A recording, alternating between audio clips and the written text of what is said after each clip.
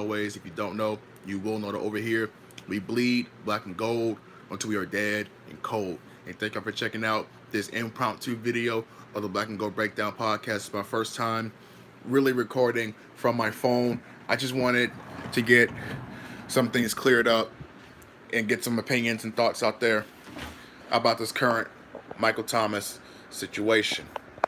If you guys haven't heard already, Michael Thomas has been reported by someone close to the situation that he did not call Saints staff over the course of 3 months, or he did not return calls from the Saints team as he was trying to figure out what he needed to do to get healthy again to play with the New Orleans Saints. Now, Jeff Duncan went into a little bit of detail. He didn't go into explicit details about everything, but I read that article back. It looked like looked a little suspect, but it is what it is.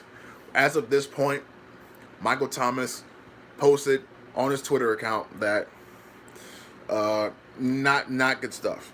It's creating a lot of controversy, fraying things even more between he and the New Orleans Saints as a whole. The fact of the matter is, I still stand on the basis that you're supposed to keep in contact with your team's front office. You're supposed to, all right? Like, the reason behind it, I still want to know, because this is just not good. You need to keep in contact with your team. You just have to. I don't care if you're the best wide receiver in the league or not.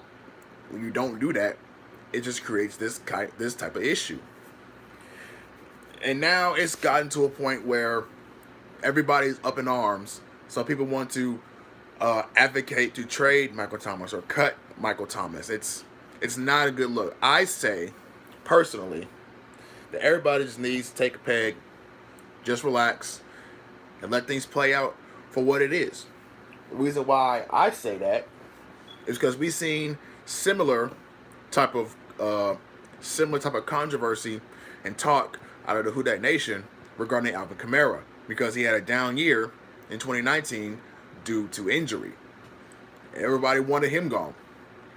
I'm not going to call anybody fair weather fans.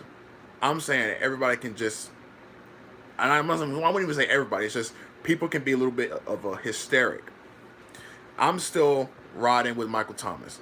I've already went on record. I'm still standing by it. I'm doubling down. I'm not giving up on Michael Thomas. I believe this situation is still salvageable. I believe Michael Thomas, Sean Payton, and Mickey Loomis are going to have a sit down. They're going to talk this out, and then we're going to keep it pushing to to the point to where he can come back after the bye week, which is week 6 for the New Orleans Saints. But overall, at this point with the Saints, it's not a good look. Not a good look as a whole when you're looking at the roster for the Saints as a whole. With Tre'Quan Smith dealing with an injury, and now it's reported that Will Lutz may miss anywhere between 8 to 12 weeks due to a groin injury. He left Saturday practice early because he re-aggravated it, and he may end up having to get surgery. Not a good look. Between Michael Thomas being injured, Tre'Quan Smith being injured for an undisclosed injury that may sideline it for an undisclosed amount of time. Don't know why they.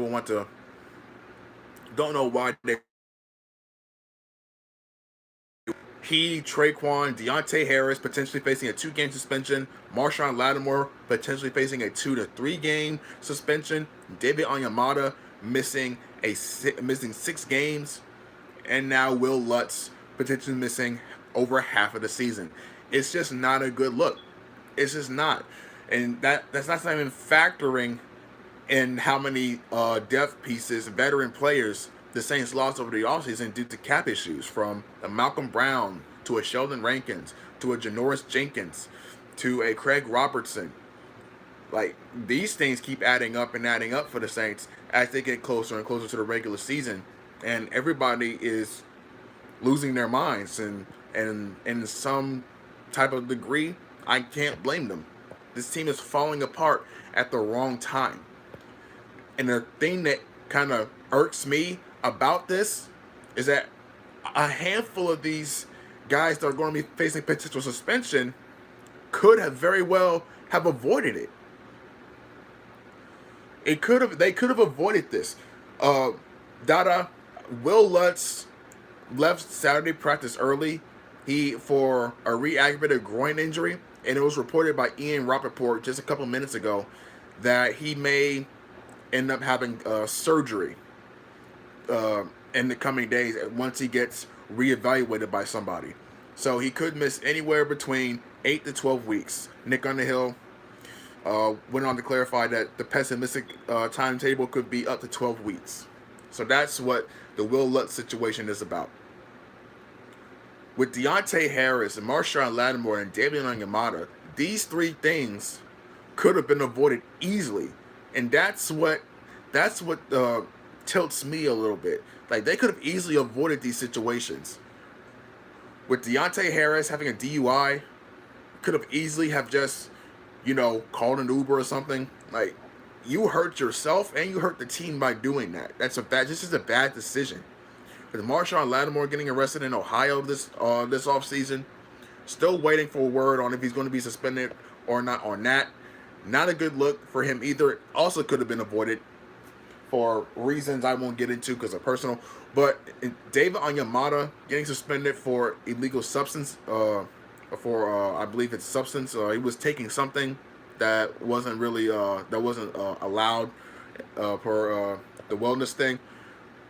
That could have been avoided also. These three players are very key to the Saints' success this year. And they made poor decisions, and now the Saints are going to have to find a way to keep the chip steady until at least two of these guys can get back before the bye week. If Sean Payton in New Orleans can go at least 3-2 before the bye week, Sean Payton deserves Coach of the Year. He deserves Coach of the Year. Because if he can go into the bye week with a winning record, I don't care if it's 3-2, right? He deserves Coach of the Year. Especially once you consider the fact that all these pieces that they've lost,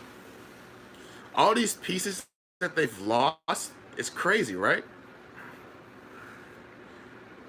This Michael Thomas situation, I believe it's going to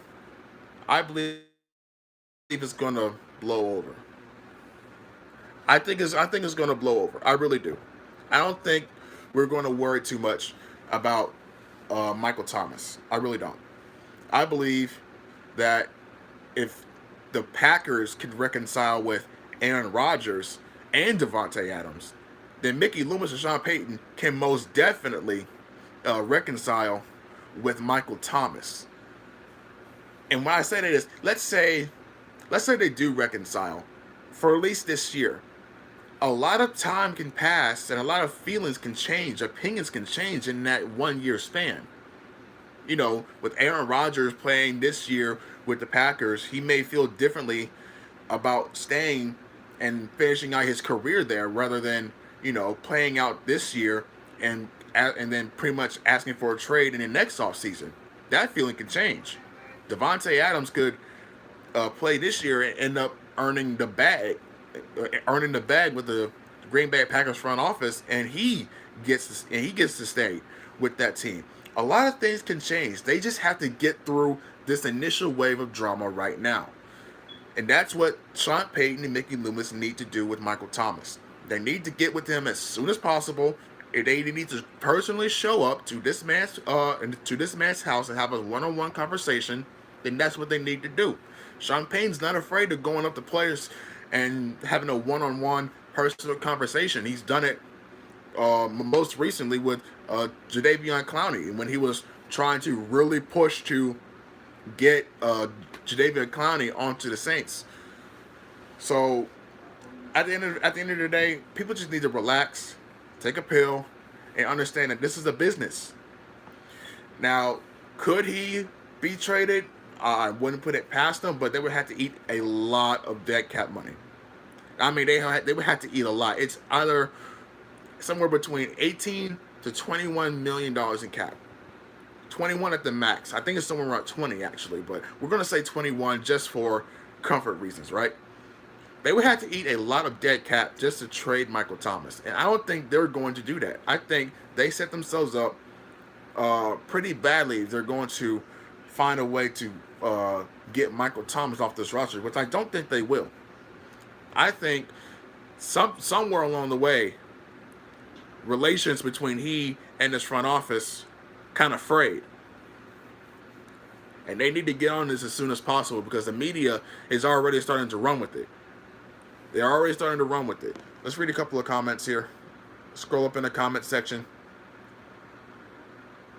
He should have been in conversation last year. Says King Camaro, what's going on with your king? Big King, I've been seeing you around. I'm choosing to believe in the unseen, not what my eyes or ears see. This is a hard test so far. It definitely is. It definitely is a hard test for the New Orleans Saints. Because like I said, not just with Michael Thomas, they got other guys that aren't going to be on playing to start the season with the Green Bay Packers. That's already a huge test. And you're already uncertain about your quarterback situation. You're already uncertain with Tre'Quan Smith being Glassquan Smith. Already made a glass out there.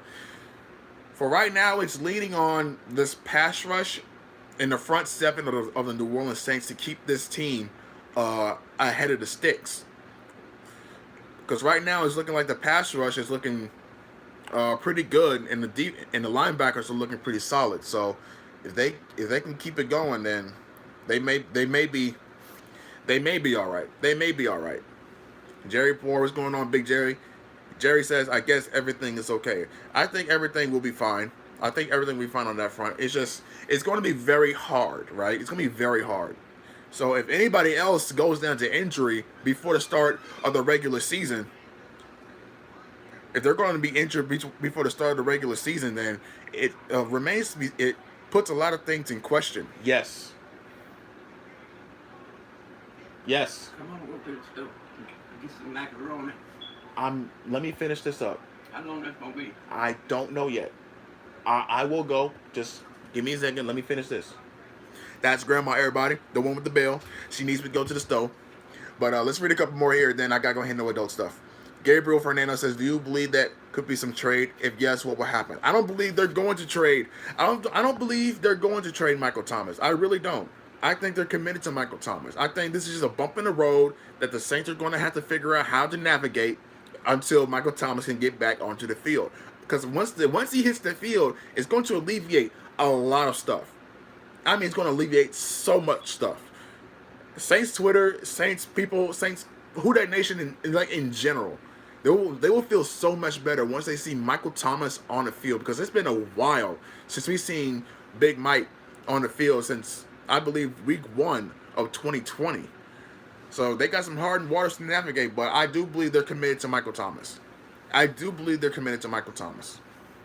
But that's it. That's all for right now. I just wanted to get this video out there, get my thoughts, get my opinions on this whole fiasco with the New Orleans Saints as a whole. They need to get on this as soon as possible. If they really want Michael Thomas, they will show it with their actions, and they will get Michael Thomas in the building and talk this out as soon as possible. That's what I believe. But that's it. That's all for right now. I will leave you guys on that note. What do you guys think of this whole Michael Thomas situation? Do you believe he's going to be traded? Do you believe he's going to remain a Saint? I personally believe he's going to remain a Saint for the simple fact that he's very loved. He's very active in the community. And I'll probably go live later for a review on Saints practice this week. It will depend on what my PC is looking like. But until next time, I'll see you guys later. As always, it's Black and Gold. Until we dead and cold.